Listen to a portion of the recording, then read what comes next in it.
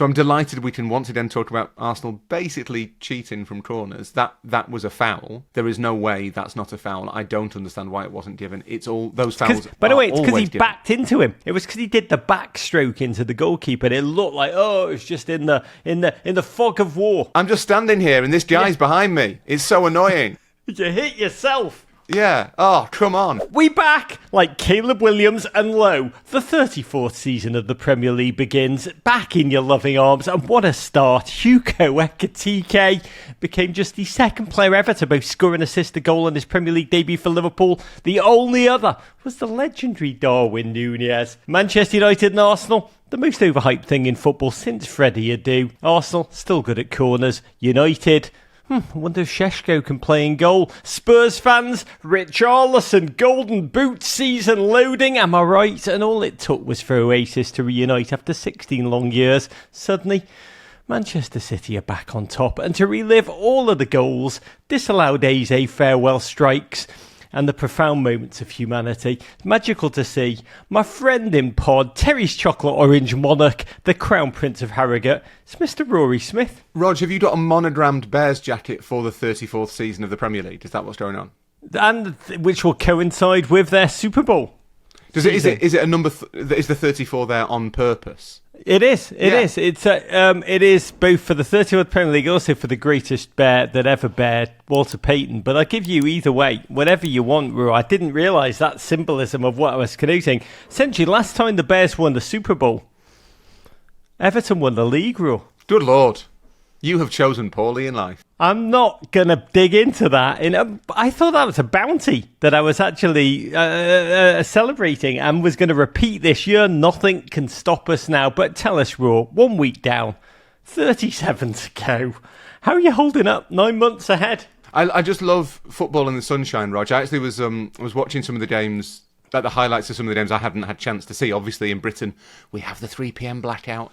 So I'd not seen everything until this morning. By the way, I should just say the 3 p.m. blackout is that the games are not on television. It's not that everyone's so hungover that everyone's just like, can't be arsed, blacking out. The 3 p.m. blackout is that we just turn all electricity off at 3 p.m. No, we're not allowed to watch all the games. Electricity's been invented now. We have electricity, but we're rationing it, Rog.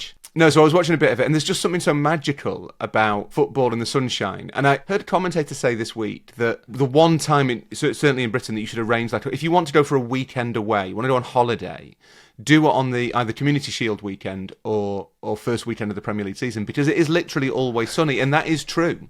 It is always sunny for the first game of the season. It is amazing. Football, as we'll discuss in a second, is always trying to reinvent itself, keep on the cutting edge of young audience, attention seeking. All it needs, it's not like we don't need cameras put on referees, kind of tummies. We don't need, interviews that get in the locker. We just need sun. That's the one invention I think English soccer needs to really just utterly become hegemonic. I think it needs more varied weather conditions in general, Rog. I would broaden it out. So I've got some good news for you, Raw. Got some good news. You're going to love. Wait till you hear about climate. You just got electricity, but just wait to hear about climate change. Wait till I tell you about the climate emergency. On video games, like when I had the time to play video games, which I don't anymore, unfortunately. Occasionally, you would be like playing a game with your friends when you had to get your friends round to play on them. And instead of being like, oh, let's play it in the sunshine, you'd be like, let's do it at night in the snow. There'll be an orange ball. Let's just see what this game looks like in the snow. And I think there's something to that football does kind of look quite samey for quite a long time. It's overcast skies, spitting rain, getting dark. That's when football happens. My abiding image of all football matches is it's about to rain, it's quite cold, someone's waiting to take a throw in. That's football. Just do it in slightly different climatic conditions. So yeah, have some sunny games, have it when it's snowing. I'd like to see a game in a lightning storm. Just change it up, change the backdrop, change the background. People would respond well to it. It would. And the sun allows just incredible moments to sparkle across the globe. Like Arsenal fan with large Arsenal tattoo arced across his tummy. I mean, just indelible images. That is why we watch. We're going to go deep on the action game by game in a minute, but I've got to quickly talk to you about the tiny changes around the edges. I've got to say they're tiny, but they create great foment in the social media sphere, which is maybe why they do them. They're massive, they're new. Very quickly, they'll just become part of the humdrum fixture of football. The halftime interview. A new 4-year TV deal worth, I believe, like $9 billion. I'm not making that up. Between the domestic broadcasters Sky Sports and TNT Sports came into effect. They are believed to have wanted more for their $9 billion. Hence halftime interviews in the big games. Paul Martin Ødegaard, who is not a gentleman that loves talking at all, was the very first human being to do it. The interviews have been hailed in the English press as American style. I think they're going to become a thing. Roy, what do you get out of them? Other than the one thing I love, and whether it's the NHL or here now in the Premier League, just how breathless the players are, panting as they walk out to the locker room. That's my real big takeaway. Yeah, they seem really tired. That's what I think. These people are trying quite hard. They've been a thing in France for a while, and they work in France really well, because what happens is as the players come off, someone will ask them a question, and they go, bien joué, merci beaucoup, and the player just go, no, and walk off. It's all very sort of Gallic, and there's a shrug. They're smoking a little gitan. Well, dropping a dropping a little Descartes mystically, and then walking off. That'd be amazing. Pas de problème, c'est pas difficile, and then they just sort of walk off. Whereas in Britain, we're going to ask them questions and expect answers in sentences rather than in shrugs, and I'm not sure that'll work. I don't care about halftime interviews. I find the obsession with making people talk about stuff during the activity slightly mad. I can understand that the broadcasters want more bang for their buck, effectively. They're paying a huge amount of money, and there is, if you look across like social media and kind of influencer culture, you want to be taken behind the scenes of things, and I get that. So I get this drive for like cameras in locker rooms or fly on the wall kind of stuff that makes it feel a bit more intimate, a bit more personal. I think that halftime interviews will just be like full-time interviews, which is it's people who've not had chance to process what's just happened being forced to contribute platitudes, and I don't find that especially enlightening. I want the players to embrace it, like just genuinely the first player to pull out glove puppets and just do like ventriloquism or whatever will be just like the hero for the ages. A couple of other American style inventions. One which I love, the ref popping on his mic now to explain VAR decisions, which I think is just going to be like cult personalities reveal week on week throughout this season. But one I'm particularly fond of, Raw, the 8-second rule. For the goalkeepers. God bless you, Martin Dubravka. Let history show. Burnley made history by becoming the first goalkeeper to be penalised under the new 8-second rule in the Premier League. Introduced to cut down on time wasting, goalkeepers must now release the ball within 8 seconds of gaining possession, or the opposing team gets a corner kick. Rule follows, I think, the discovery in the Premier League that the ball is only in action for 58 to 60 minutes on average of the 90 Raw. Makes a lot of sense to me. It does feel right. It feels great. It feels breathless. What do you think? So we don't realise maybe how much like football is shaped by being a TV product. We look at America and think that, you know, the NFL or MLB or the NBA, we see them as sports that have been shaped and defined by television, which I think to a large extent is true. That, you know, there's a lot of kind of space for advertising, and we consider ourselves better than that. We think we're above it. That, you know, our sports are pure, and they're being played, and TV is just covering them. TV is the kind of, it's the eye watching them. We don't regard it as an active participant. But I think if you look at a lot of the way that football has gone in the last 20 to 30 years in particular, it's shaped by the fact that it's on TV. So yeah, as part of this incredibly valuable TV deal, the broadcasters have said, we want halftime interviews. But they've also said, look, we need to make sure there's as much action as possible. So let's be getting quicker with the throw-ins. Let's not be sort of standing over the ball at free kicks, which was what effectively all those Arsenal players got sent off for last season. You know, that's why the time wasting rules was sharpened up last season. It was just the TV companies are saying, look, people are getting bored, they're drifting off. Let's make sure that everything's kind of rat-a-tat-tat, off we go. And the 8-second rule is born of the same thing. It makes perfect sense. It is annoying. It will not be enforced beyond October. And even when it is, yeah, it will go the way of all those rules, those little tweaks to the rules that come in. The handball rule is, and I'm determined, Rog, that we don't talk about the stupidity of the handball rule this season. But what happens is they have a kind of brief flurry of enforcing it. Dissent is the other one, is the other classic in this genre. They enforce it for a bit. Declan Rice gets sent off for stopping a free kick. Yeah, and then 3 weeks later, we've forgotten we're meant to be doing that and no one cares anymore. I guarantee that between October and December, there will be at least one kind of furore over a goalkeeper holding a ball for much longer and not being penalised. I disagree. I think this rule is going to build and become more and more popular. I bet you in about 20 years, Rod, the rule will have been adapted to such a degree, to the taste really of the society that I believe, the dystopian society that will surround us by then, to keep the next generation. That's ultimately what all of this is. We're desperate to keep the next generation engaged in watching 90 minutes of football. The 8-second rule will be adapted to be the goalkeeper has to release within 8 seconds or else the ball explodes. Or the ground opens up. Can you imagine Aaron Ramsdale's son, who's playing for defending champions Wrexham, has had the ball for 8, 9, and then just the ground opens up below him, he just plunges down into a shark tank. It'll be amazing. I like the fact that you think the dystopian society surrounds us. Then, Rog, I think that's nice. It's really sweet. Yeah, well, no, it's a dystopian. Oh, it'll be terrible then. It'll be terrible in 20 years' time. We know it, yeah, we know it'll be probably dystopian when the new camera is we have exclusively had proctologists put cameras up the manager's rectum so we can monitor squeaky bum time. You will be watching this game from inside Mikel Arteta's colon. Yes, the stress is getting to him, Brian. It'll be amazing. Speaking of accents, Rogers, you just did. I think the referee should have to do all of the in-stadium announcements for VAR in the voice of a cab driver who's upset about something. I think it should have to be, well, he was never offside, was he? Come on, be serious. They should have to do voices. Like they're auditioning for Vinnie Jones's roles in the Guy Ritchie movie. I just want something a little bit lock stock about it. I want it to be kind of menacing. I want it to be the voice of the common man. Well, it was obviously handball, wasn't it? Come on, be serious. You think so? Trigger the argument. I think they should be allowed to watch the first season of The Muppets and choose any voice from any member of the cast.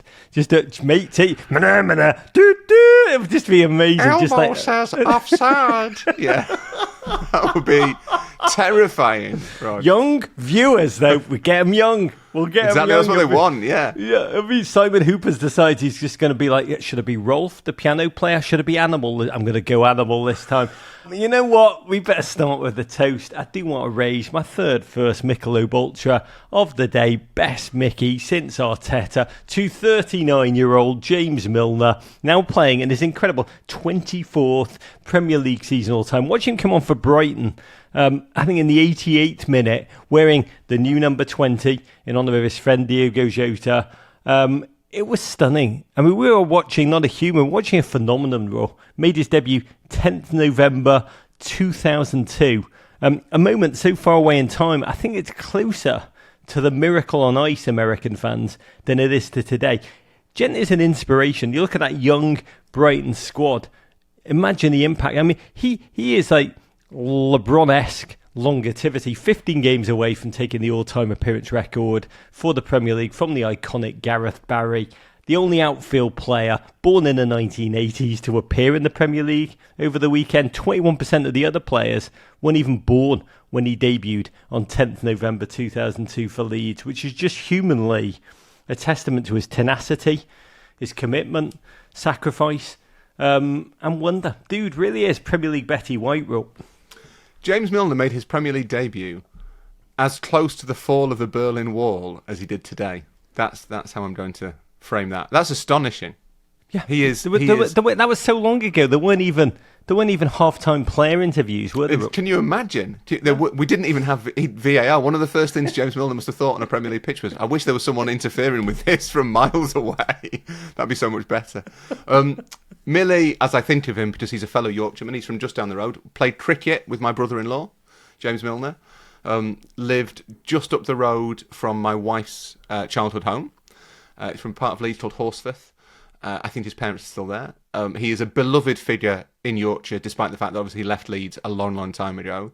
And James Milner is exactly what you think of him. It must have been 2019, 19, I went to Liverpool's training camp for the Champions League final. There was that massive. Do you remember that year? They had that massive gap between the end of the Premier League season ended, and then 6 months later they played the Champions League final or something. It was like the 20th of June for reasons that were completely unclear.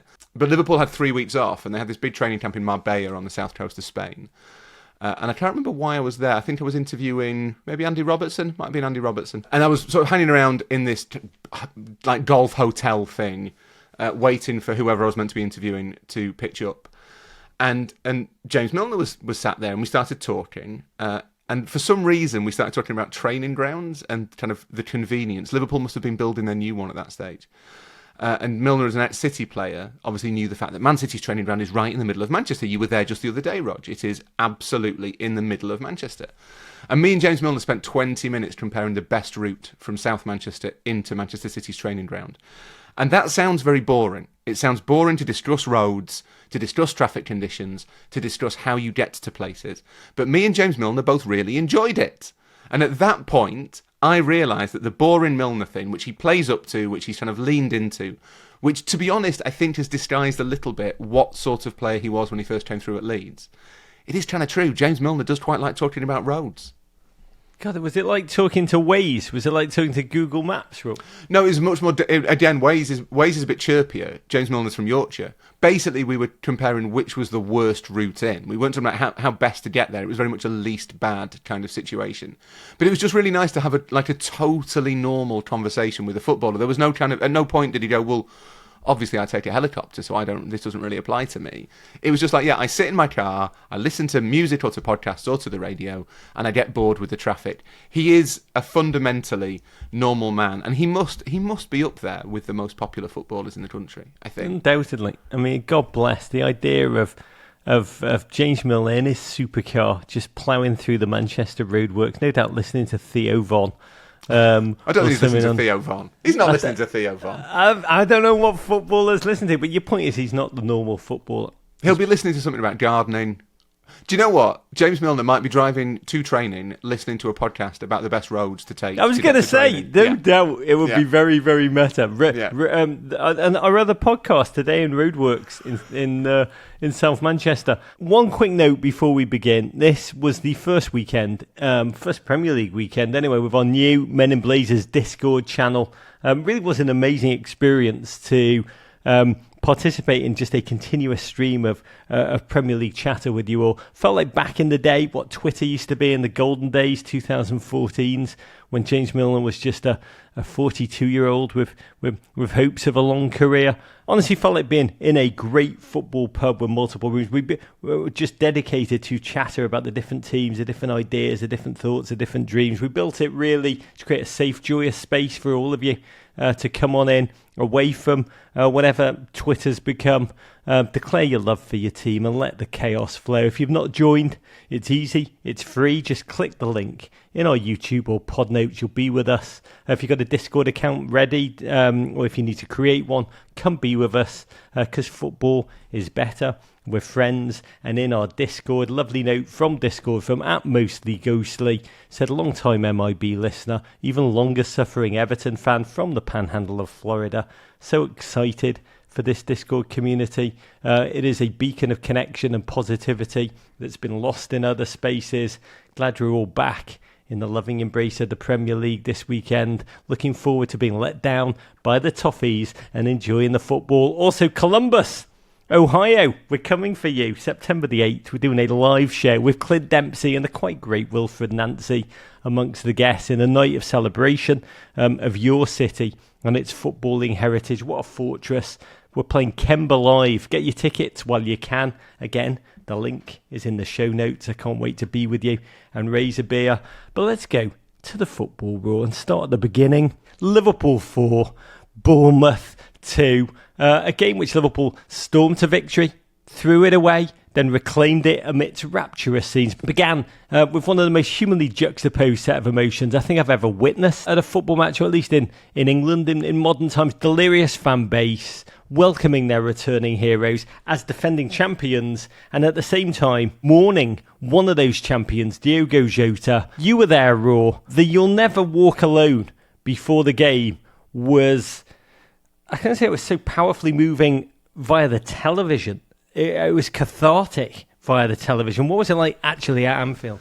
Yeah, it felt like a moment of communion, I guess, with the emphasis on the sort of the communal element of it. That it felt like, although Liverpool, there have been games at Anfield in pre-season. Liverpool obviously played in the Community Shield a week previously. They'd had the kind of moment at Preston in the first friendly of pre-season. There is this sort of rolling commemoration of Jota because everybody wants to have their chance to pay tribute to him, to kind of support the players. And it did feel a little bit more charged than You'll Never Walk Alone is always an emotional thing. It's designed to be emotional. It's designed to kind of bring everybody in the stadium together. And as a fan, it does have that impact on you whenever you hear it.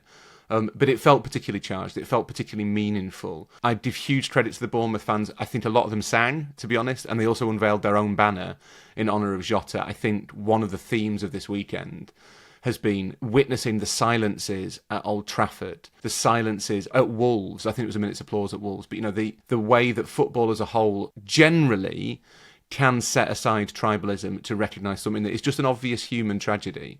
But at Anfield, it did feel, you're right, it felt conflicted. It felt celebratory in one sense because this is the team that are champions. This is the team that ended the wait to kind of haul back Manchester United as the record champions in England. It's a team that's had a load of money spent on it, and a lot of fans will have been going into Anfield really excited to see Frimpong and Kerkez and Wirtz and Ekitike. It was also a crowd that was thinking about what happened. It wasn't a crowd necessarily ready to think about the future. There was still a lot of minds being cast back to what has been lost this summer and to the sadness of it. And it did make it it was a strange and very charged atmosphere. I mean, the last time they were there, we remember what the scenes were like. I mean, that was important. The juxtaposition between those two. I mean, the juxtaposition between the collective mourning and the private grief. I spent time at Liverpool last week, spent time with Big Verge amongst others. And a lot of the people I spoke to at the club were very honest. They were like, it is a complete unknown how we are going to cope with this, how we're going to experience it, how we're going to process it.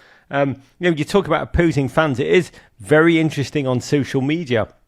Even on some of the comments on our YouTube, creeping in. I'll say creeping in. This is not a standard position, but there's an opinion which is people die, and we have to get on with it. In real life, footballers should too. And when I read them, I'm kind of... The one person wrote a long screed about Lady Diana syndrome, about people projecting in these moments. All I can say is we almost lack the emotional vocabulary, I think, to process what we're witnessing at Anfield on Friday, at Liverpool for this entire season. It's the collision between the public and the private, the individual and the collective. This is not just an individual loss. It is a collective loss, one in which the human being is gone and the scarves and banners are then lifted, the songs are sung. And at the same time, I was looking at the Liverpool fans, many of them weeping before kickoff, no doubt experiencing the losses they've all had in their own lives. That's what you do in those moments. You project your own pain, your own loss in these moments as you sing those songs. The loved ones are no longer there. The loved ones who you may have watched Liverpool, may have watched Diogo with the wheels within Wales, the reinforcement. And it's happening for the players too, who we've said this a lot already over the past 2 months. These players are humans. We have to say it. It sounds ridiculous to say raw. And Diogo was not just a teammate for many of them. He was a friend. And for them to hear his song sung in the 20th minute for the first time without him being alive to hear it must have been emotionally devastating. It was heartbreaking. And look, this is an awkward thing to talk about. I'm the same. I tweeted actually during the game about, or just after the game, about how kind of emotional Anfield felt. And most of the responses were heart emojis and, all the stuff that you'd expect. But there were a few that were like, this is self-indulgent. And you think... I don't understand how that... I don't understand how anyone who has been through grief could think that any aspect of grief is self-indulgent. I just genuinely don't get it. I think it's something that has been... It's an opinion that is formed in your hatred of a football team. And I think that is deeply pathetic, to be perfectly honest. I think you can think that maybe the fans...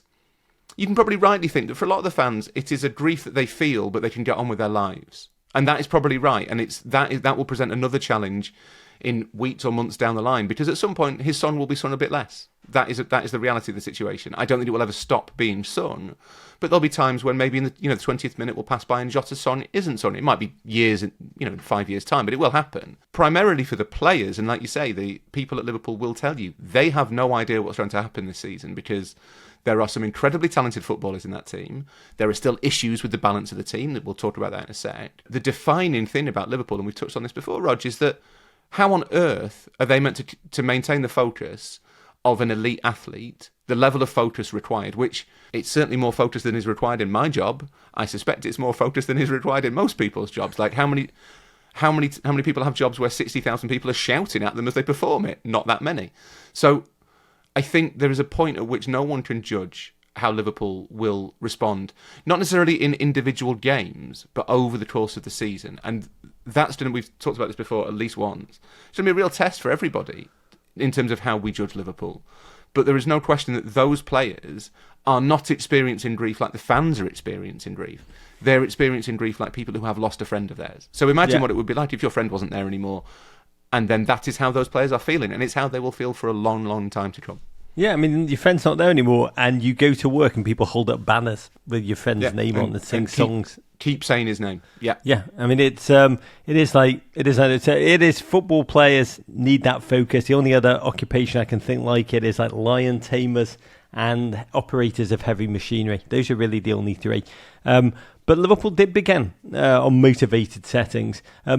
The Bournemouth of last season exists in our imagination, our memory only. 3 members of last season's backline, plus the keeper out the door. But Liverpool also a team in transition. The new front three, only half of the Liverpool story. That chemistry in the backline that bedeviled them in the Community Shield. Let's just say a work in progress, to use Virgil's words in our interview. He goes, we're working hard. I was like, Virg, think about not working that hard. Take it easy, man. Didn't like that, but there is a creakiness in there, a vulnerability, which gave Bournemouth a flickering hope. They kind of positioned Semenyo in and around Kirkes, pressed so well. And Liverpool, for all their shiny new pieces, still developing chemistry all over that field. There is a vulnerability. They do play as if they're self-aware of that vulnerability. And they were frustrated for a good spell in that first half until Bournemouth switched off, handed Liverpool the lead. It was Ekitike who picked up the ball, handed it off to Wirtz, demanded it back, and then charged in on goal. Tried to nutmeg Senesi, who ended up essentially defending, I think, like one of your under-7s, Raw. Ball bounced off him, back into Ekitike's part. The finish was really born of muscle memory. It was a wicked, delirious finish. There's given the eyes. I think what Ekitike gave was like, he gave the goalkeeper his cornea, his iris, his pupil, his retina, and then rolled the ball home. God, Raw, you've got a potent palindrome. It was a bit like a penalty, wasn't it? The keeper basically had to guess which side is he going to go. It had the same like rhythm as a penalty. And you know how I feel about penalties, Rog. I think Petrovic is too tall to save them. No, it had that kind of same vibe. He just sort of found himself 12 yards out from goal in the middle of the box. And he had to pick, like, I'm going to go left or right, you choose. And the keeper dived the wrong way, Ekitike scores. There's a real value in making a good first impression. It's not just a Liverpool thing, but for a big money signing in particular, it's really important to do well. I think I might write about this for my newsletter actually this week, Rog, that it's really important to do well, but it's really, really important to do well on TV. I think that is an underrated thing, that if it's a game that's being broadcast, particularly the first game of the season, a lot of people have tuned into that because they've missed having competitive Premier League football on their screens for quite a long time.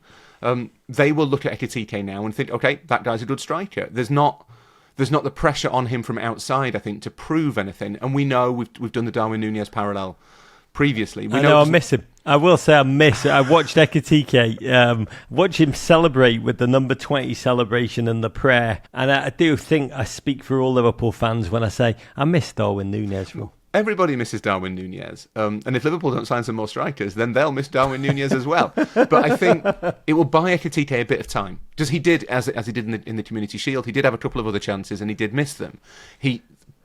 A lot of the sort of analysis from his time at Eintracht Frankfurt was he has the tools to be incredible, but his finishing is not that reliable yet. That's clearly still a work in progress too.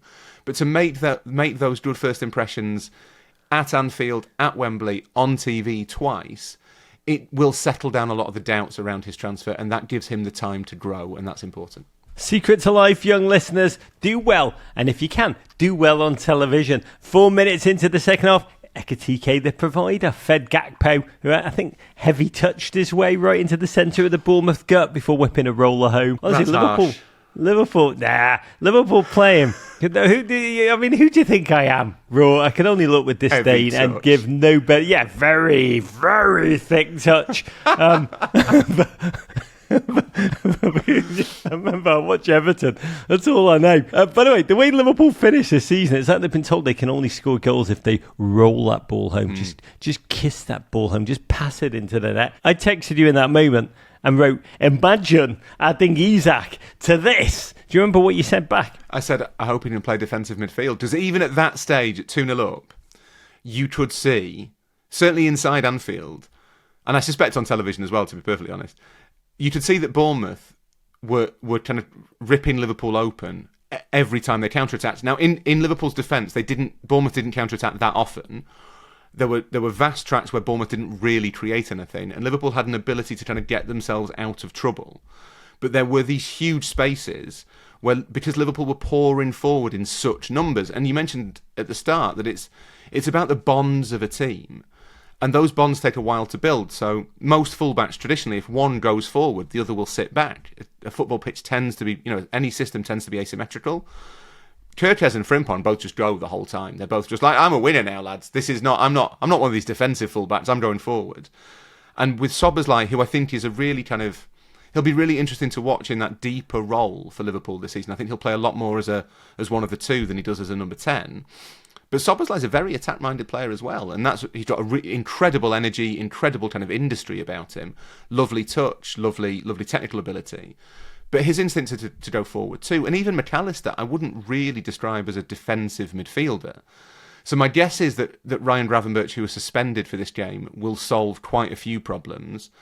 I'd also maybe expect to see, once Robertson, Bradley, Frimpong and Kirkes are all fit, I don't think both of the new signings will start all the time. I think that is what will happen. What was fascinating is Slot brought on Robbo and Endo essentially to try and bring in some experience and control. But it just emboldened Bournemouth. And just past the hour, Szoboszlai lost the ball. Brooks scampered onto it down the left, delivered a stunning, flashing, arcing cross behind Van Dijk. That angled run from Semenyo was rewarded, and he slapped home. It was stunning, not least because Semenyo horrifically had been racially abused by a Liverpool fan in the first half. A truly sorry scene, and I hate that we have to talk about it, but we do, Raw. A fan in a wheelchair was escorted out of the stadium at half-time by police. By the way, credit Liverpool. Slot went to console Semenyo immediately after the final whistle. Virgil van Dijk being very outspoken about the incident too. But we always say football is always a mirror to the society that's around it. In this moment, it was abhorrent. It was. I mean, I suppose you have to say that the Premier League's kind of protocols worked, that Semenyo reported it, the referee then reported it to both managers. I was watching actually as 3 police officers arrived, had the fan pointed out to them by a club official of some sort. I don't know who the club official was, and then the fan was sort of ushered out. I think has now been arrested and will be banned from all football matches for, I suspect, for life. That will be the punishment, and it is exactly what the punishment should be. Semenyo said after the game, "Last night at Anfield will stay with me forever, not because of one person's words, but because of how the entire football family stood together," which were powerful words. I'd say, deeply courageous of him. Is still so hard to experience, but his ferocity in the second half was really inspiring. I watched that second half and thought, bloody hell, Iraola, what a coach to take new pieces. I think there was a centre-back playing, Diakite, who'd only arrived 2 days ago, and have them gel so quickly. I do believe Iraola is going to coach Manchester City one day.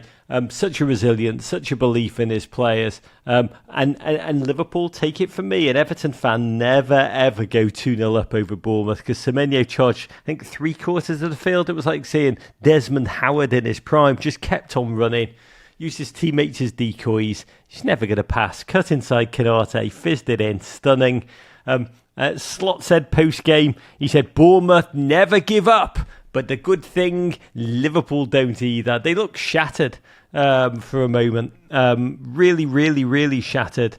All 4 new signings who started were subbed off. Bo needs new signings. When you got an old chestnut, this was an ecstatic moment that shouldn't be overlooked. The one new signing of last summer, Federico Chiesa. Armchair pundits, by the way, howled when he came on. How are you not putting on 16-year-old sensation Rio?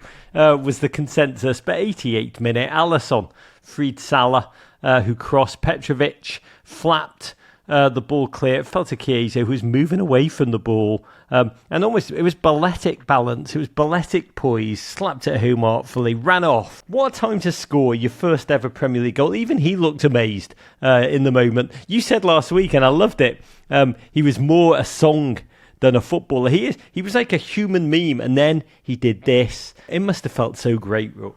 Yeah, it was an incredible moment. I think it will take some topping for Liverpool this season, which sounds ridiculous, but his song became the kind of soundtrack to the final month of the season. It seemed to catch on after they lost at Chelsea, which was the week after they'd been confirmed as champions. And by the time it kind of rolled around for that final day of the season against Palace, the Kop was singing that as much as they were singing anything else. And Federico Chiesa was not on the pitch. Like, Chiesa has done very little as a Liverpool player. I don't think anyone expected him to still be a Liverpool player this summer. And it felt like there was all this energy kind of invested in him. People wanted him to do well so they could sing the song. And then you get this incredible moment where he straws the winner, as you say, like he runs away pointing at himself as if to say, hang on, I've just straw. I can do that. I'm good at football. And it felt like this great outpouring of affection and kind of just sheer unalloyed delight. And I'm sure that it would have been similar had Salah scored the winner or had, Szoboszlai scored the winner or whoever. But for it to be Chiesa, to be this player who kind of who will always be associated, I think, weirdly, with that month after the title had been won, like this player whose name was sung constantly. For him to score the winning goal the first day of this season, after most people assumed his Liverpool career would be over, there's a poetry to that. There is. We can hear them crying in Turin. Federico, he's here to win. One chat with Arne Slot, and he said, "Ciao, F off Juve. I'm a cup right now." You talked about Salah scoring. He had a very, very quiet game, but of course he got the dagger late. Amazing. You knew he wasn't going to pass when he got that ball. He ended up in tears before the Kop at the final whistle as they sung the Jota song. Just an emotional exclamation point on the night, Raw, that really captured the collision path between a victory, a joy, a relief almost, a cathartic victory, but the tears, the loss, the agony, the trauma really colliding in that moment. Triumph and tears, I think, is what I'm trying to say. It was a really incredibly moving thing to see. Most of the players had gone. They'd all gone and applauded the Kop as you'd expect. They'd said well played to Bournemouth. They'd kind of milled around a little bit. And I think it was Salah and Szoboszlai who were the last two off. And Szoboszlai eventually kind of walked off. And Salah just stood there and didn't move. And there was a camera in front of him and a camera behind him. And he was clapping along to the beat of the Jota song and started getting louder and louder and louder because the fans realised that he was standing there wanting them to sing it, almost encouraging them, conducting them in singing it. And I kept looking at it thinking he will move because he will suddenly realise effectively, the cameras are filming me. This feels like a personal moment, but it's not. It's being broadcast around the world. And he didn't. And he saw him take a step back a couple of times. And he thought, okay, he's pushed it as far as he's willing to go now. He's starting to feel uncomfortable. And then he stepped forward again. And I think he realised he wanted that moment with the fans, for himself, with his friend, regardless of all the other stuff around it.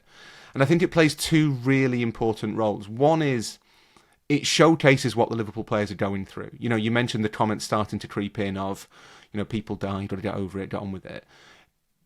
Mohamed Salah stood on a football pitch the first day of the season in tears because of what he's enduring and what his teammates are enduring. And that's an incredibly powerful thing for a player to do. He didn't have to do that. He could have gone and mourned inside, but he wanted to do it with the fans. He wanted to kind of feel his emotions, and I think that's an incredibly kind of powerful symbol. of how much the players are suffering. But the other is it gives the other players permission to grieve in public.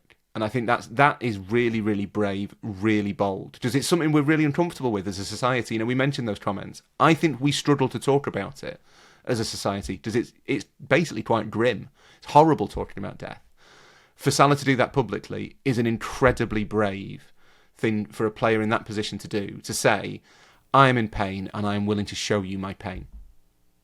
Which caps this game in all of its enormity. Liverpool, honestly, so hard to judge on a night which was emotion-soaked in a way I've not seen an English football game in a long, long time.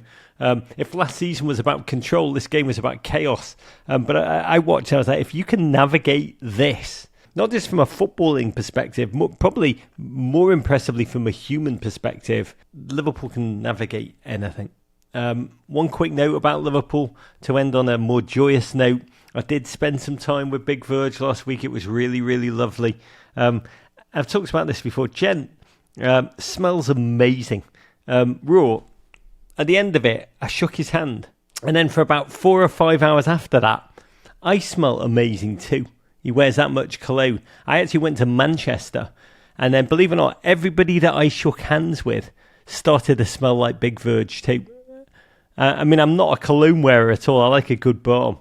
But Verge wears so much and it's so powerful and so stunningly beautiful. He wears enough for you and the next 20 people you meet. It's almost like I spread a beautiful Big Verge cologne virus across the Northwest. But that's really nice, because that means that people will smell nicer. And if you smell something nice, you're in a better mood. I don't know if he wears a lot. All footballers smell amazing. It's the one thing that isn't captured on TV. Pep smelled very good. Big Verge is like that times 10. They all smell incredible. They smell better than normal human beings. Fans don't realise that enough. It's not because they wear more. It's because they wear stuff that you and I can't afford, Rog. That's what it is. Is that what it is? I always think it's just they're constantly showering. Footballers just constantly. They're either playing or showering. Those are the two modes: playing, showering. They do shower a lot, footballers. And I'm guessing that they're allowed to spend as long as they like in the showers. There's no there's no one knocking saying, hey, come on, the water bill's going up, get out. I think they're all right to just be like, all right, come on, we're going to have a 25-minute soak here.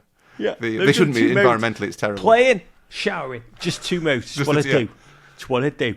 To the other massive game of the weekend, United 0, Arsenal 1. I'm not a United fan. I'm not an Arsenal supporter. But my God, I was so nervous for both teams going into this one. I not normally am, but like United after that, Annus Horribilis, their worst ever Premier League finish. How would they respond? Arsenal, second place for a third successive season.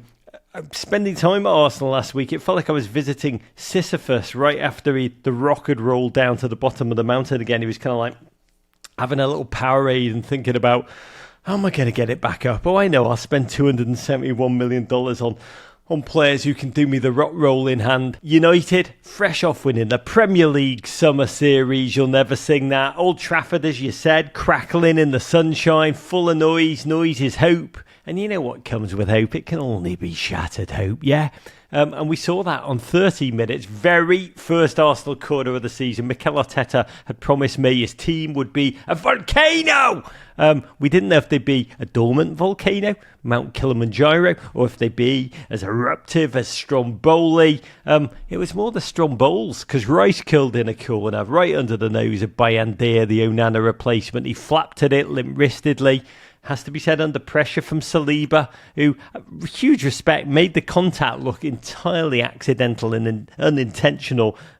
It was intentional. They had practiced that casual kind of backing in so bloody hard in training. Would have been an own goal, but Calafiori stooped in like a god of mercy and headed it over from like a cologne's whiff of the line. Arsenal and corners raw, a continuing love story. Manchester United and goalkeepers, though, it just feels like an agonising, unnecessary, self-inflicted recruitment trauma. Yes and no. So I'm delighted we can once again talk about Arsenal basically cheating from corners. That was a foul. There is no way that's not a foul. I don't understand why it wasn't given. It's all those fouls. By the way, it's because he backed into him. If he'd done that forward. It was because he did the backstroke into the goalkeeper. And it looked like it was just in the fog of war. I'm just standing here and this guy's behind me. It's so annoying. You hit yourself. Yeah. Oh, come on. Bayern does have to be a little bit stronger. The problem United have got is they want a goalkeeper who can play out from the back. They have one. They've got two, in fact. They don't have any goalkeepers who can save shots or catch crosses. They'd like one of those, but there aren't that many out there who can do both. So Emi Martinez was the kind of theory at the start of the summer. I think they might have looked at Donnarumma, who seems to be leaving PSG. There is a risk that they go through this season with Onana and Bayindir as their sort of alternating first choice. I'm not sure either is quite good enough. But I've got to admit, Roger, I thought Bayindir did quite well in this game. I thought he played relatively well. And I'm not sure we should be judging him by the goal, because I think the goal was a foul. Calafiori, Carl in the Discord wondered if he intentionally has Deadpool, nice pool hair, which I just adore. Incredibly, 3 of Arsenal's last 4 Premier League goals against Manchester United have all come from corners. That's your challenge with this. You know, if it was just this goal, it would be very hard to judge. But it has been 3 different defenders. This was Calafiori. I think the last 2 were like Timber and Saliba. I've got to credit United because they responded bloody well. Mason Mount drove them forward. Cunha hungry. Dorgu lashing one from wide that thundered off the post. From an Arsenal perspective, I expect a lot more from Zubimendi.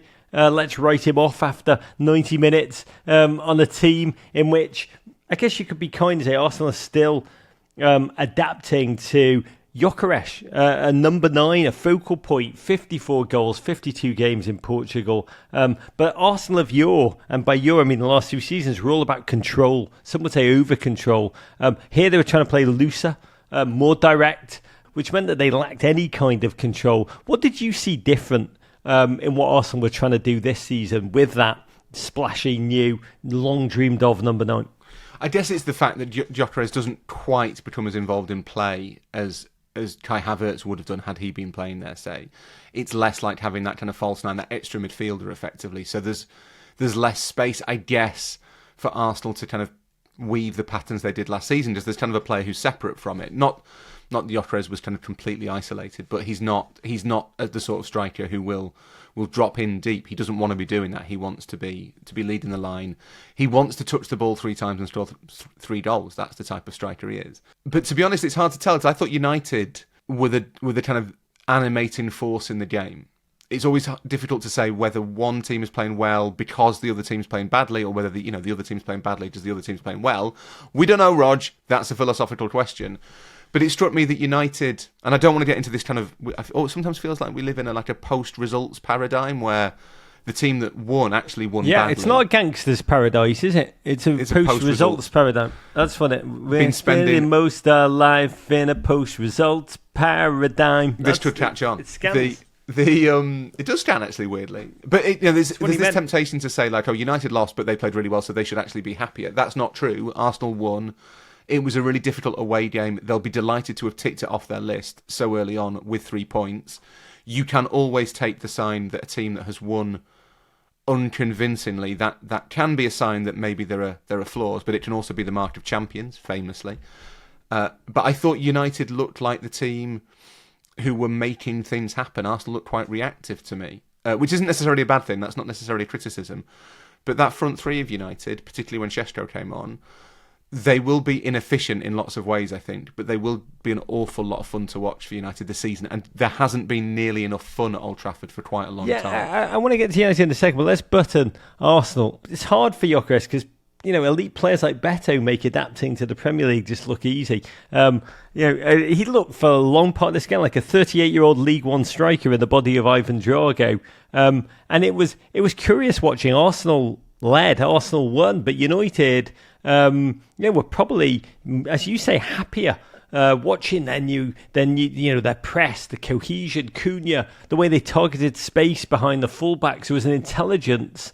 Yeah, Gyökeres went off, no shots, no creations, 4 passes, 3 turnovers. Arlen B in our Discord said more hair flips than completed passes. I think XG hair flip is going to be enormous for him. Let's hold off on that human being and give him more time there. Although I will say he will have a week in which the British tabloid buzzsaw learns all about that. From their point, John Champion had an incredible stat during the game. He said, since Sir Alex Ferguson left in 2013, United have spent over $1 billion searching for their own striker, and only 2 have scored more than 20 goals for the club. At Canati FPL had a great tweet. Šeško is the worst striker I've watched in the Premier League since Gyökeres 30 minutes ago. But at the end of it, Raw, the message that Amorim had was super positive. He almost claimed the moral victory. The fans did too. They applauded the players off at Old Trafford. Even though Ruben Amorim has now lost 15 of his 28 Premier League games, which is really astonishing. It's the fastest manager to reach 15 defeats in the competition without taking charge of a newly promoted side. He said post-game, the most important thing is we were not boring. Roy, is it like style points that are going to save them? They'll stave off the problem for a while, and I think look, given where they were coming from, it's fair enough for Manchester United fans, for the team, for the club to say we finished 15th in the Premier League last season. I think Arsenal finished second. They have been, as Mikel Arteta says, the best team in the country for the last 3 years, if you count it as 3 years rather than as 3 individual seasons. To run them that close, to feel like they were the better side in lots of different ways. Those are valid and legitimate signs of progress. That's completely fair enough. But there will come a point where that won't be enough for Amorim. And the danger for United now is that they're away at Fulham next week. And Fulham they've had a very sort of static summer. They've not really signed anybody. They're very much the same team they were last season. That almost now has a must-win feel to it. Because if United start the season off with 2 defeats, then all of a sudden, for all the fieldwood factor of Mbeumo and Cunha, and particularly Šeško, it starts to look like Amorim hasn't actually solved any of the problems. I don't think anyone at Man United is thinking they have to challenge for the Premier League this season. But you can't be having these endless sort of weeks of defeat. So as much as there were signs of progress yesterday, as much as it's fair enough for Amorim and for everybody else to latch onto those as perhaps a sign that things are going to get better, he needs it to happen pretty fast, because ultimately, and I know you laugh about this, but Manchester United is a club where expectations are extremely high. The club is not set up for slow burn development. There need to be signs that things are changing and have changed pretty quickly, or Amorim will continue to have a problem. Victory for Arsenal, one I think contractually has to be used with the adjective hard fought. I think the clean sheet, the defensive performance, particularly in that second half, was really quite impressive. And ultimately not losing was their crucial truth. They now face Liverpool, Forest, Manchester City and Newcastle in 4 of the next 5. Progress step by step. I just say, I think Gyökeres was signed for the season and shouldn't be judged on one game, just saying. But to Saturday, and the most dominant performance of the weekend, Wolves 0, Manchester City 4, and lo, Pep Guardiola's 10th City season begins. Teams walked out to a quite magnificent Diogo Jota tifo at Wolves. We'll remember you when you walk in fields of gold. Diogo played there for 3 seasons. Portuguese flag was everywhere at Molineux.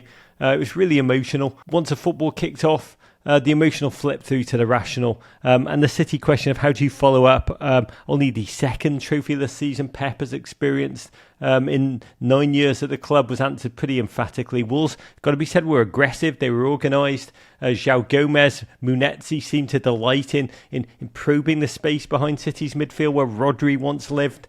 There was a moment where City's aura levels did feel like they were back to November 2024. Tiny bit of fear, tiny bit of existential creakiness.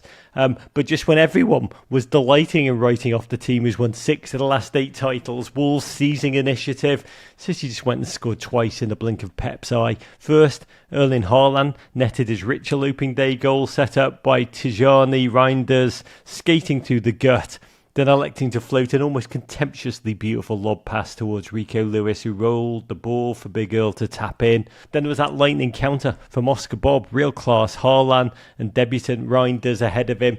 Used Haaland as the game's biggest decoy. Shocked me that. It was some bold selection to choose Reinders, and he met the moment with a stunning, quite instinctive finish, raw debut goal.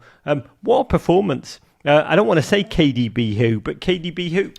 But again, the value of a first impression. Reinders, I really liked whenever I watched him for Milan over the last couple of years. He's kind of an all-purpose midfielder. He can play deeper and sort of control a game. He can burst forward in that De Bruyne or Lampardian way, if we don't give it a proper adjective. He's really technically good, really silky the way he moves. I think he's the sort of player that Man City fans, that all fans will enjoy watching, to be honest. But you still need that good first impression, especially coming from Italy. He's not like a massive name. He's not a superstar, or certainly wasn't when he arrived, despite the profile of playing for AC Milan. He needed that good first impression. He needed to kind of get off to a start that says, this is not going to be a problem for me. And I don't think there was a more impressive individual performance this weekend, was there? There was no one who kind of stood out. Maybe Richarlison. I think Grealish on Monday night. I'm just predicting the future, but yeah, second. This is pre-Leeds defeat of Everton on Monday night. Let me still dream. Let me still... Oh, yeah. By the way, Leeds definitely going to do us 2-1. But Reinders was the standout player in the game. He looked like there was no kind of fuss about moving to the Premier League. He didn't look like he needed a period of adaptation. He will now be the sort of player that Man City fans will see on the team sheet and not only be excited to watch playing, but will feel completely confident about. And those are the building blocks of the team getting its aura back. City scored unbelievably with each of their 4 shots on target. Second half Reinders again, and Haaland combining a little bit like Dutch Han Solo and Norwegian Chewbacca. Haaland thrashed the pull back. 2 goals off just 12 touches total. Those are proper Haaland numbers. And an astonishing goal and assist on his debut for Reinders, last City player. I think the only other City player to do that in the Premier League is, you'll know him, his name was Kun Aguero. I think this is going to be a season of multiple weapons for Man City. Cherki came on within 8 minutes, rolled one home. He's going to be a problem. On came Kusanov as a substitute. I do believe, just floating this out there, City fans could get a free chalupa or like a slice of Papa John's pizza whenever Kusanov subs in this season. Just make it happen. Premier League, put on notice, clean sheet 2, even without the injured Rodri. The fans sang City are back. I actually spent time with Pep for an interview that comes out on Tuesday. He was on quite electric and fiery form. I can't wait for this interview to come out because he was just so funny and wonderful. Feisty. But he did say, Raw, this is a good result, but no more than that. Last season, we started against Chelsea and won 2-0. Look what happened later. Where are you between those two exact opposites? I think the fact that 2 of the new signings seem to have settled pretty quickly in Reinders and Cherki, that's a really good sign.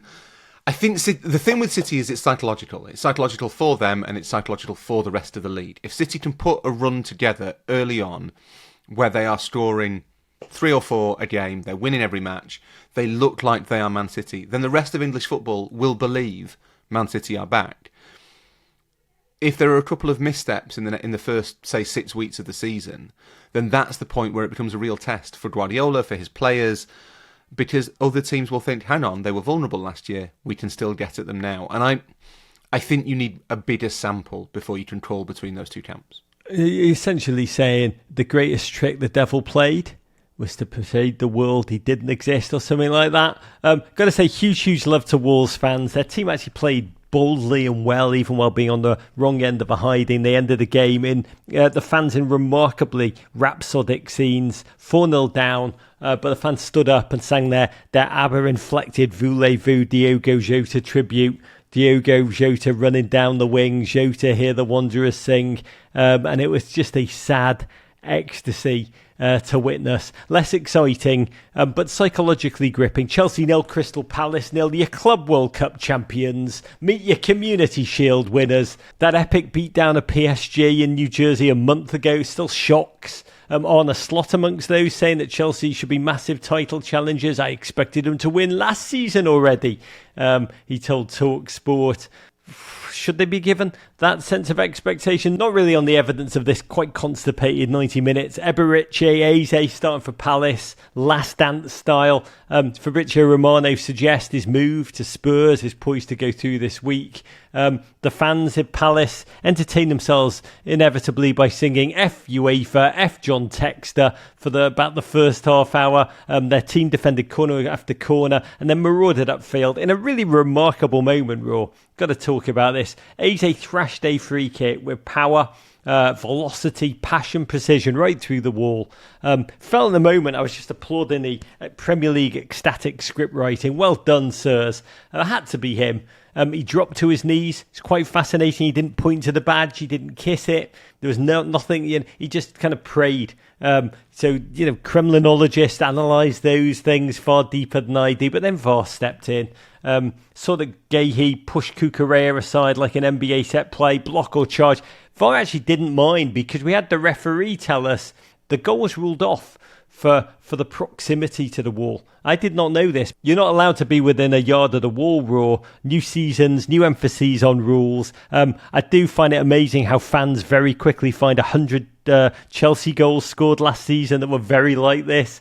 Another one that I wonder for you whether it will be called all season. It did kind of piss me off in the moment that this beautiful poem, this farewell epic goal, was ruled off rationally, it's got to be said, but it was very NFL no fun league. Yeah, I suppose you can't allow goals just because of the narrative benefit, although personally, obviously, I feel that should be, that maybe they should count twice. But I didn't know that rule either, and I don't think anyone knew the rule that you weren't allowed. Does people stand within a yard of the wall all of the time? That absolutely, I'm not sure couldn't be certain, Rog, that even is a rule. And I suspect there have been lots of examples of this in the past. Where I admire the people who can pull those examples up like within seconds of outrage on Twitter. It's amazing what you can do with ChatGPT these days. But at the very least, it will be the sort of rule that is quietly amended in about 3 weeks' time. That goal should have stood. It was one of those that did feel like it was not ruled out for natural, sensible footballing reasons. Chelsea, we've got to talk about them quickly. They look like a team of really, really good individuals, many great, but yet to cohere. They're so young, so new. Really lacked an idea of football other than just get a ball to Cole Palmer, let him do his magic. Palace with Wharton, with Eze, with Mateta, with my translucent hero, Will Hughes, just had multiple ideas of attack. What a manager Oliver Glasner is. I mean, the addition of Estevao, Chelsea's 18-year-old, 115-day new starlet, made them fleetingly more direct, but they couldn't get behind the five men of Palace. They barely conjured a shot on goal in this one. How did you understand it? Was it that Palace have had a whole pre-season, I think 7 games, and Chelsea had the Club World Cup, then 3 games off, and then jammed 2 quick pre-season games in there, and essentially we've got to be patient with them, with this unknown reality of how the Club World Cup will impact their form? We absolutely have to be patient with the effect of the Club World Cup. I'm not sure it should necessarily apply straight away. It felt to me like Chelsea basically should have been ticking over pretty well since the Club World Cup final. You get to then ramp it up with a curtailed pre-season and you're back into it. I think the impact of the Club World Cup will be December, January, February, when you're really in the thick of the season. This, I think, is just testament to how well organised Palace are. We saw it at the Community Shield. Crystal Palace are a really good football team, and I think we should all, as fans of the league as much as anything else, the league is better when there are lots of strong teams around. You should really want Eze and Gay to stay for another season. Wharton. And I think Wharton will. Please God. Because although there's mention of Manchester United, I think Palace will be looking at it thinking, look, the season started. This is no time to come and offer us £100 million for our best midfielder. But then it is £100 million. Gay, it seems to have slowed down a bit, the link to Liverpool, that whether there's dispute over price there. Liverpool have already signed another central defender. Maybe he will end up seeing his contract out. I mean, it's cruel, bro. It's cruel. It's cruel is what we're saying. They've 10 games unbeaten against massive teams, 2 trophies in there, and the reward, modern football, is to have the heart of the team ripped out. We've got to very quickly say huge respect to Chelsea. News that the club players have decided to give a portion of their $15.5 million Club World Cup bonus fund, about $500,000 a player, to the family of Diogo Jota and his brother, Andre Silva, following their passing. It's just total class. I always say you see the truth of people in the darkest times, and if this is their truth, it is magnificent. From a London team who couldn't score to one who was suddenly potent. Tottenham 3, Burnley 0.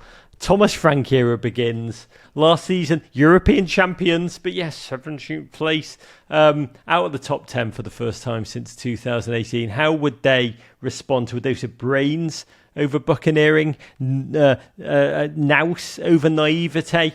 How would Thomas Frank cope with a lack of total control and some of that Spurs chaos which we'd seen in the Super Cup, where they were so dominant for 84 minutes against PSG, and then he got introduced to the history of the Tottenham. Mohamed Kudus straight into the starting lineup. I honestly didn't know what to do with myself watching a Tottenham that did not play as if they were all charging a German machine gun pillbox in the First World War. It took just 10 minutes for them to take advantage of the 81% possession they enjoyed in the opening exchanges, pounced on Burnley playing out the back. Kudus body-shaped the ball across the face of the goal to find my friend Richarlison, who pirouetted the ball, skipping past Martin Dubravka. First Premier League goal of the Thomas Frank era, scored by Richarlison. Spurs did ease up. Burnley were direct, I'd say simple, effective. Actually outshot Spurs, I think 10-5 in the first half. But finding goals is going to be the greatest challenge for them this season. And Tottenham made them pay with a beautiful goal in which all 11 players touched the ball. Kudus and Richarlison combining again. Crossbound Richie, which, this bicycle kick, you only see it, from Richarlison in the World Cup 2022 or from speedoed Brazilians across Copacabana Beach on your average Tuesday. It is utterly stunning. Richie Golden Boot season loading. Could be. It's very much a cartoon goal, isn't it? It's the kind of goal that you see when people who don't know anything about football do some animation about football. Like Richarlison. Yeah, people like Richarlison. Do we think is this the rebirth of Richarlison, Rog? How much faith do you have? Does he need a rebirth? Did he ever go anywhere? Yes, he used to be quite good at football, and then he was terrible. But now he's scoring goals again.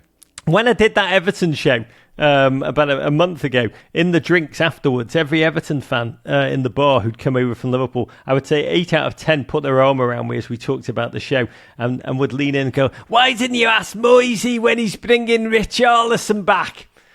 And I was like, I didn't know that was a question, but I'd love it. I love it. I think for Everton fans, he never went anywhere, Ro. No, there's a curious bond between Everton and the player who left them, which is not normally a thing that people are happy about. But Everton fans seem to really delight in everything Richarlison does. He's had a tough time with injury. He's never really shone at Spurs. I think that's probably fair to say. It would be lovely to think that maybe he's got kind of a late blooming quality to him this season, that Frank can get the best out of him. Don't get me wrong, he is a Brazilian international striker. He does well for managers with Frank in their name. That's all he needs. He just needs a Frank to motivate them. And 6 minutes later, Brennan Johnson finished off the game on the break. So for Burnley, you've got a bloody brutal gauntlet for the first 7 games. They did have moments, but for a team who conceded, 16 goals over the 963 championship games last season, leaking 3 on that first day is a bit of a warning. For Spurs, let's get hyped. There's a lot of chat about them in our Discord. I did love this one from 3 Jam for Tea. I'm going to really enjoy this victory, but I'm also going to remember what happened in Nuno's first 3 games. I just love that. Is the ultimate great football comment. Nuno, if you don't remember, won his first 3 at Spurs and then was fired within 17 games. And I read that and I was like, oh my God, is that what Spurs has brought to your life? That kind of just, wow. It's just, as an Everton fan, I applaud it. 3 goals, Spurs pushing to sign Eberechi with a real confidence that the deal's getting close. Raw, let's just say Spurs, future so bright. Got to wear shades. It's been a really encouraging start from Thomas Frank. And yeah, look, the Nuno thing is fair enough, that the encouraging starts don't always lead into kind of glorious golden futures, but it's hard to know what more Frank would have done at this stage. You know, they ran PSG really close in the Super Cup. That is a PSG team who haven't really trained since the Club World Cup. And also, like Chelsea, maybe a little bit of mitigation for Chelsea there. PSG also looked a bit kind of jaded and drained. They drew with PSG. I don't think anyone was expecting that. Lost on penalties. Should really have beaten them. They were 2-0 up with about 15 minutes to go. And then they don't put 3 past Burnley, make it look easy. He seems to have sort of rejuvenated players. They've got a squad that's full of young talent. Archie Drake and Lucas Birdval both started. There are really, really encouraging signs at Tottenham. Thomas Frank is not... He's not a glamorous manager. He's not a massive name manager. He's not a kind of proven winner in that sense. He's never won a major trophy. but he knows how to get the best out of his resources, and that is exactly what Spurs need. Smart. He is a smart, emotionally intelligent man. He's like Ange with a really, really deep footballing IQ, and I love both of those men. Oh, to Birmingham, Aston Villa 0, Newcastle 0. Less a football match. More really the Spider-Man, pointing at Spider-Man meme of two teams who recently let themselves dream and aspire. And a bit like Whitney Houston are now left singing, didn't we almost have it all? For Villa, it seems to be profit and sustainability rules. Villa apparently can't spend more than $6 million net this summer. Or because for Newcastle, nobody wants to move that way up north, evidently. Really a game played in the shadow of who was not there. The ongoing Alexander Isak nightmare. Dan Burn, Newcastle's captain, I crap you not, told the broadcaster before the game. He said this, these are real words. He said, "We're starting from zero. We've got a lot to prove," which I think is as close to a Tracy Chapman quote as a Premier League player has ever admitted. Roy, you're a Liverpool fan. How are you understanding this quite brutal, quite brazen $203 million standoff? I mean, it is one of the most overt get me out of here's that I've seen in modern times. Allowing for the fact that he still hasn't handed in a formal transfer request, which is the bit that will cost him money, and I wonder if that's the thing that is deployed when Newcastle have found their replacements, and then that's how you kind of bridge the financial gap. It's really unseemly. It depends a little bit where your loyalties lie. I think Newcastle fans understandably feel completely betrayed and let down by a player they idolised. I think it's really hard to make the case that Isak has behaved well. But the flip side is that Isak's camp's version of events is that they told Newcastle several times he wanted to leave this summer, that this was going to be his last season, that he felt it was the right time to move on for his career. And they felt they gave them more than enough time to kind of get replacements lined up and to get everything ready. Isak's point of view is that he doesn't really want to have to stick around just because Newcastle can't get a deal for a striker done. That's not really his fault. I'm not sure about lots of elements of the transfer, to be perfectly honest. It's a lot of money for a player who's not got the world's greatest fitness record. It involves throwing another striker into that Liverpool team when, as previously discussed, they could really do the defensive midfielder. I'm not sure I like quite how toxic it's become. It feels a little bit kind of unnecessary, the standoff between Newcastle and the player. But at the same time, I'm really uncomfortable with the idea that Newcastle can just basically decide, well, you don't want to be here, but we're not going to let you leave. That feels weird to me. I've got to admit, I think it's really strange. There's a thing about football's transfer market which goes unsaid, and it's that we don't need to ask too many questions about the way it works. Like there's a weirdness at the heart of like selling the right to a contract for a random fee that you've made up in your head. We don't want to undermine that too much, because at some point someone will say, hang on, this doesn't make any sense at all. It strikes me that at this stage, it is very clearly in everyone's interest for the deal to get done so that Newcastle can spend that money on strengthening their squad. If you look outside the Isak thing, they've had a really good window. They've signed some really good players, Newcastle. They are stronger than they were last season. They have the depth they needed. It's just a shame that Isak just cast such a cloud over it. No shots on goal in the first half for the first time in a Premier League game in 3.5 years. It became mildly interesting fleetingly when Ezra Konsa dragged down Anthony Gordon as the last man. Villa down to 10 men from the 66th minute onwards. But the biggest joy of the day for them was the ability for the fans to sing "There's Only One Greedy Bastard." Really the taste that they were left with was their inability to score, which is something that they've shown over and over when Isak doesn't play is the thing that is going to haunt them. They face Liverpool next week and will be glad that Aston Villa left Jacob Ramsey behind with them. I think he is going to be a great pickup, but well played Premier League script writers for scheduling that one. In other games, including what Barney Renee so wonderfully called the middle range of the Premier League, a.k.a. Brightford-Muth, Marinakis Forest 3, Brentford 1. Chris Wood, we were told last season was a fluke dude, fine to keep up with. Checks notes, Richarlison scoring twice in the first half. Elliot Anderson, delivering just delicious assists in this game. Second goal, and Doy, the record $45 million, who came in from Bologna. Just an insanely angled header. Poor Kelleher getting the Aaron Ramsdale at Southampton treatment in his first Bees starting goal. There was a late coda of an appearance from Jordan Henderson too. His first for Brentford, but so much to fear for newbie coach Keith Andrews, the set-piece coach stepping up to fill Thomas Frank's shoes. It was really a brutal baptism in woe. I think there's a lot of people who feared that Brentford would be in for a tough season, who will be feeling that that maybe that looked right, that they've lost too much this summer. Still Johan Wissa probably to go. They are an incredibly well-run club. They are a smart club, and you trust them to kind of make a fist of it. But that was a worrying start. But as you say, Chris Wood, the finish for the first is so delicate and so beautiful. And you just think, well, actually, for all that Forest are about to spend quite a lot of money, Omari Hutchinson, James McAtee, I think there's 2 or 3 more that will come in before the end of the window. What a weapon to have Chris Wood is.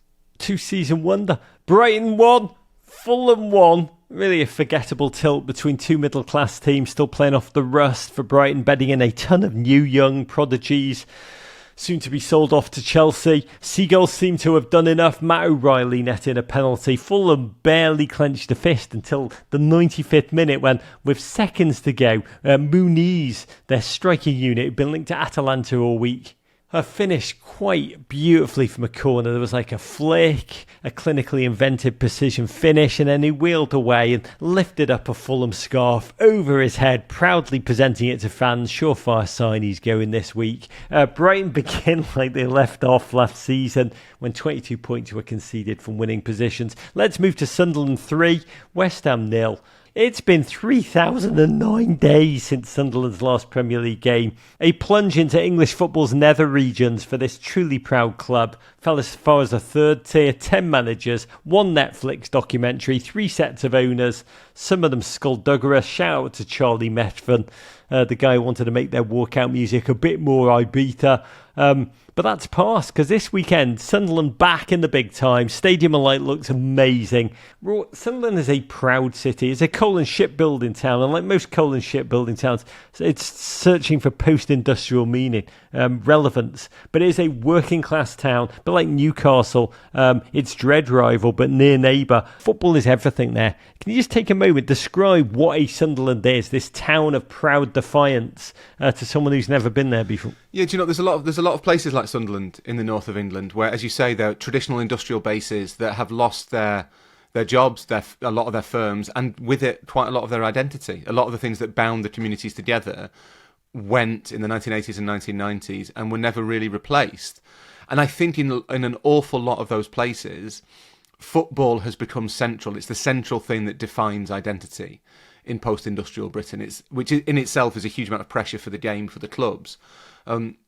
What Sunderland would say about Newcastle is that Newcastle has been through a lot of the same stuff, but has also been a magnet for investment, certainly from central government. You know, there's been a real drive to kind of make Newcastle the shiny beacon of the northeast of England. Sunderland has a lot of the same kind of issues in terms of it's a long way from London, it feels a little bit more isolated, it's very much a place of itself. But without all of that investment, Sunderland feels a little bit more left behind than Newcastle does. And that has bred resentment, and it poses various social issues. But it puts the clubs front and centre in kind of how the town, the city feels about itself. And whenever you go to Sunderland, you really feel the presence of Sunderland AFC. It feels like one and the same. I'm not sure socially, like culturally, that's that healthy. I think places should have more than their sports team. But in the meantime, before anything else arrives, it makes kind of the well-being of Sunderland, the football team, incredibly important. $178 million splurged on 10 new signings, 7 starters, including new captain Granit Xhaka, Arsenal cult hero back. And what a performance against West Ham, who, it should be said, could not defend basic headers. Massive meltdown for them. Graham Potter meant to really have an off-season to show what he could do with this team from the disaster class of last year. But it looks dark there. Chelsea up next for the Hammers, but Sunderland organised, countered in moments, ran rampant down the flanks, found huge gaps in the back line of their opponents, delivered a dominant victory against a team who were a Premier League fixture. They played Burnley, Brentford, Palace next. Really a kind start that they're going to capitalise on. I will say for Sunderland, if only you can play West Ham every week, but it was joyful to watch Sunderland fans who deserve this after that agony in exile. And talking about agonies, 3 p.m. Eastern time today, Everton will lose at Leeds. I'm both filled with so much joy and so much dread. I do believe Dominic Calvert-Lewin and Jack Harrison, I dreamt of this last night, they're going to do us. But we got Grealish now Raw, DJ Grealish, all the Everton fans with their get your calves out and get moving t-shirts. I got a lovely letter from Amy Lazaridis in Brooklyn, who's a City fan. She wanted to know, Raw, I'm a Ted Lasso fan. Fiction is becoming reality. Sudeikis and Brendan Hunt came on your show, talked about how Jamie Tart was in large part based on Jack Grealish. Am I right that in season 1, Jamie, of course, was a bit of a prick, representative of so many pro players, but then he got better and better and better. This guy deserves another shot at being a talisman. I'm really hoping your Moyes-helmed Everton can reignite his ability to score joyous goals for you like Jamie Tart. Willie Raw. I think Grealish will have a whale of a time at Everton, and I think Everton will have a whale of a time with Jack Grealish. Everton are not, we talked about this before, and you took it as an insult, and it's not meant to be, Rog. Everton are not going to be at risk of relegation this season. They are not going to challenge for Europe this season. This is a year of mid-table, what used to be called mediocrity in Everton's case. Bite your arm off. It should be like refreshing and energising. But they're in a new stadium. It feels, we've talked about this a lot, it feels a bit like a kind of new dawn for Everton. And you need to build that on something. You need something to hook people in, to make them excited about games that ultimately won't have any broader meaning in terms of kind of where they finish. Will it be 9th? Will it be 12th? Who knows? And Grealish will provide that. He's a player that people want to watch. And I think he'll benefit from that love, that adoration, that sense of importance. Because I think a lot of what happened to Grealish at City can probably be attributed to the fact that he didn't really feel like he mattered very much.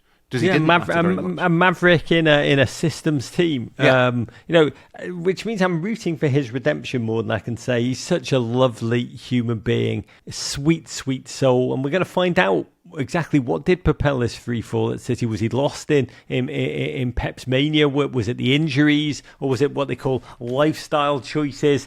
I'm going to say I pray that it's the former. And under Moyes, he can feel rejuvenated, because Everton fans want to love. I spoke to Everton last week. One of the people there said to me, he knows the Goodison Raw, saying he knows what the fans want to see, and he can deliver that. And I say the world feels a better place when Jack Grealish is playing with freedom and joy. And I do wonder whether it boils down to what Jack Grealish wants to get into more, the England World Cup team or the pubs and clubs of Liverpool. And I pray for all of us.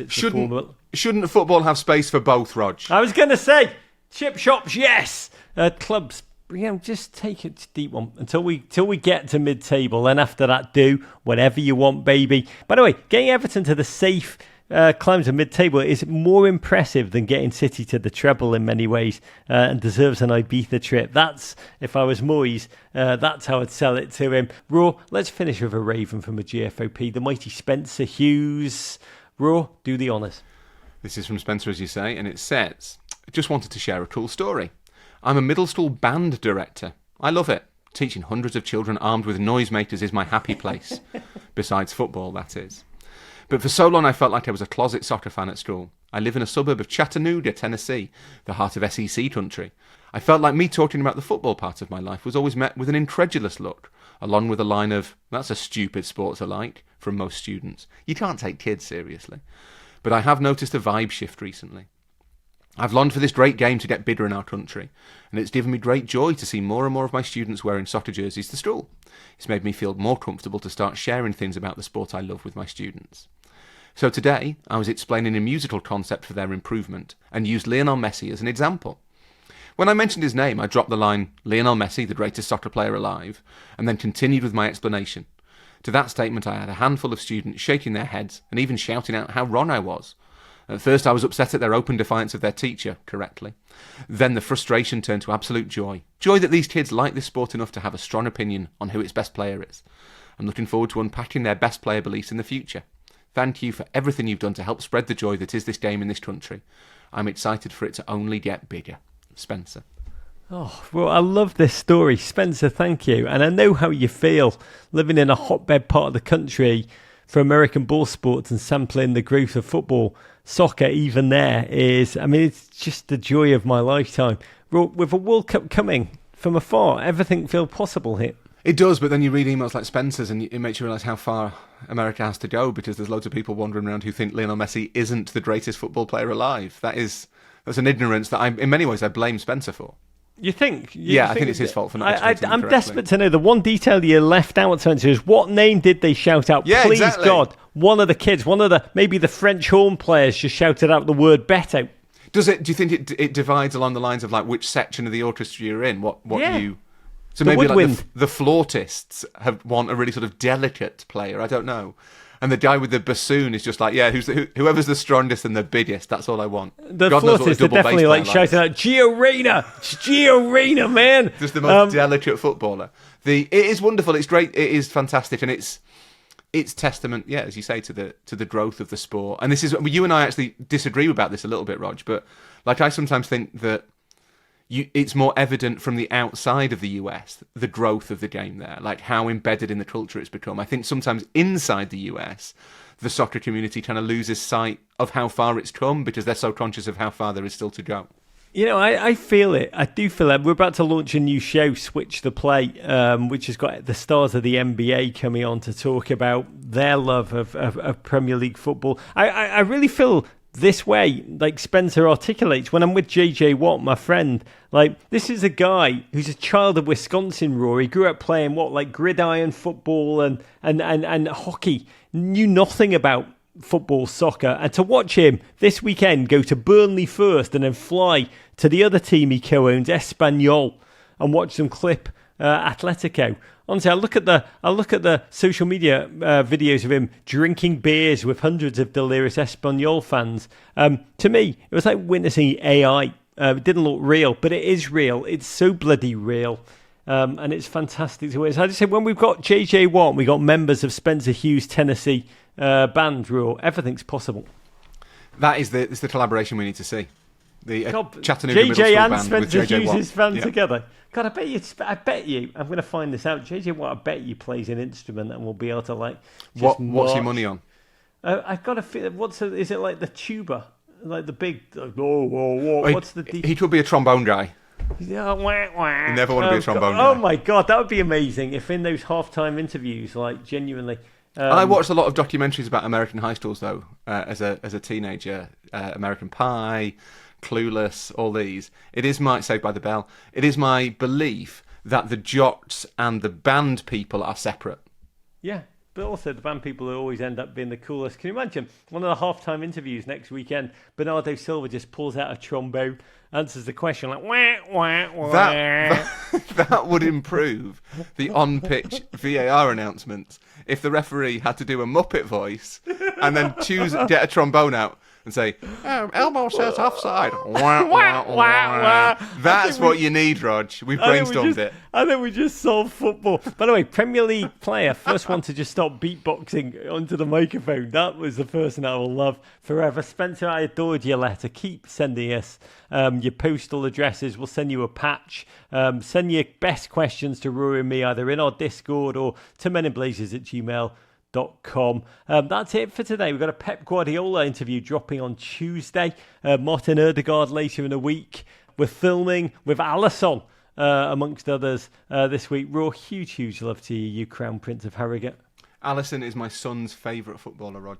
Is he really? Tell me what your son wants to ask him, and I'll ask him to I his will face. ask Ed what questions he'd like to ask Alisson, please, and you can ask please. them to Alisson. Yeah, from Ed. Amazing. One quick note, we are launching a new show, big weekend preview every Friday. Video yourself, asking your biggest question of the weekend's football. Send it in to us. There's a link to upload it all over our socials. We'll answer as many as possible. Email those videos to us at meninblazers@gmail.com. We'd love them. This is Rog sending you big love. Let's not take a second of watching football together for granted. And courage.